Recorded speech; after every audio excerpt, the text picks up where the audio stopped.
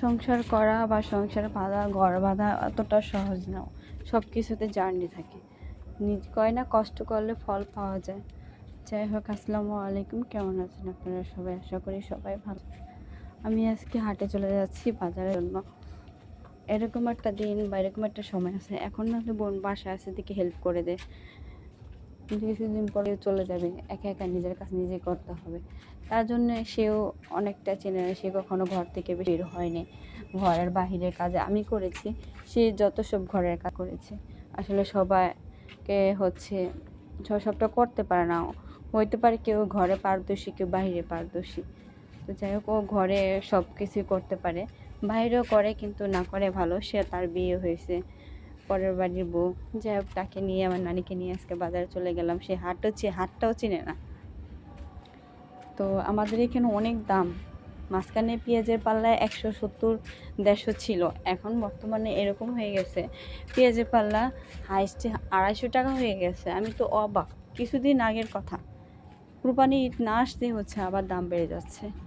তো আমি আবার সব জায়গায় ট্রাই করলাম, যেহেতু হাটে আসছি পেঁয়াজ আলু নেওয়ার জন্য, 2 টাকা কমানোর জন্য। আমি তো নিয়ে চলে গেলেও হবে না, প্রায় 10টা 20-এর মতো আসছি। এখানে আধা ঘন্টা লেগে গেছে আমার। তাই আর ঘুরলাম না, যতটুকু পারলাম ঘোরার পর দেখি সব জায়গায় একই দাম। আমি একটা জিনিস অবাক হলাম, ছোটো ছোটো পিনি পেঁয়াজগুলো মনে খেতে ভালো, সবাই মনে খেতে ভালোবাসে, কিন্তু যে ওগুলো বাসার সময় নেই। আমার কথা একটা হলিও হয়েছে, দেখি কি সারা পেঁয়াজের মাঝখানে একটা দোকান অনেক ভিড়, কে দিয়ে পিন্নি পিন্নি পেঁয়াজ। সেই পেঁয়াজের দামও বেশি, করে না যা বাড়তি জিনিসের দাম বেশি। তো যাই হোক, আমি অনেক জায়গায় ঘোরাফেরা করে একটা জায়গায় কম পেলাম, তো 220 টাকা পারলাম, ওই জায়গা থেকে নিয়ে নিলাম। খেতে পারলেই হয়েছে। আর পেঁয়াজগুলো সুন্দর ছিল।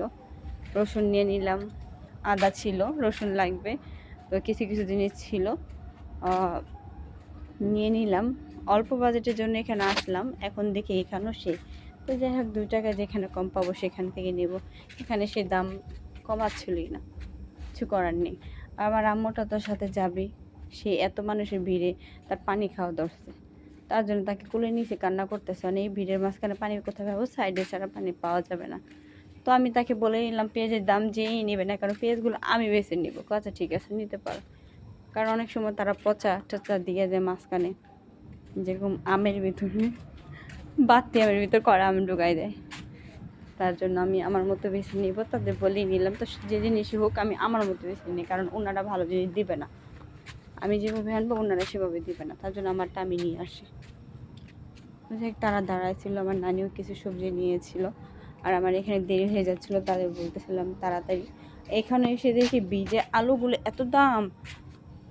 তো আমি 80 টাকা পাল্লা বলেছিলাম, আমাকে দেয়নি। সামনে আগায় পর 90 টাকা পাল্লা নিলাম, এক পাল্লা নিলাম। এই আলুগুলো অনেক টিকবে, লাল আলু। আর উস্তা এখানে ছিল প্রায় 40 টাকা কেজি মনে হয়, 40 টাকা কেজি ছিল। আর হাট ছাড়া বাহিরে মনে 80 টাকা কেজি। মানে এখান থেকে পাইকারি দামে নিয়ে অনেকজনে বিক্রি করে 80 টাকা, 100 টাকা এরকম বিক্রি, অর্ধেক দামে। তো যারা সময় না পান, মানে তাদের জন্য বাসার সামনে অনেক সময় আসলে, আর এখন বাসার সামনে আসে না এখন। তার জন্য আজকে কয়েকদিন যাবৎ তরকারির জন্য এতেই করতেছি, কিন্তু তরকারির জন্য ওয়েট করতে করতে শুধু আলু দিয়ে তরকারি খাওয়া হচ্ছে। তার জন্য আজকে বেশি করে সবজি টবজি নিয়ে নিলাম। আর এই যে মেয়েকে খাওয়ানোর জন্য সাইডে গেলাম, ও পানির জন্য বাচ্চা পোলাপান তো পিপাসা লেগে গেছে। আমরা বড় মানুষ, তাই কেমন লাগতেছে, এত গরম। আর এখানে বেজে গেছিলো 10টা 40।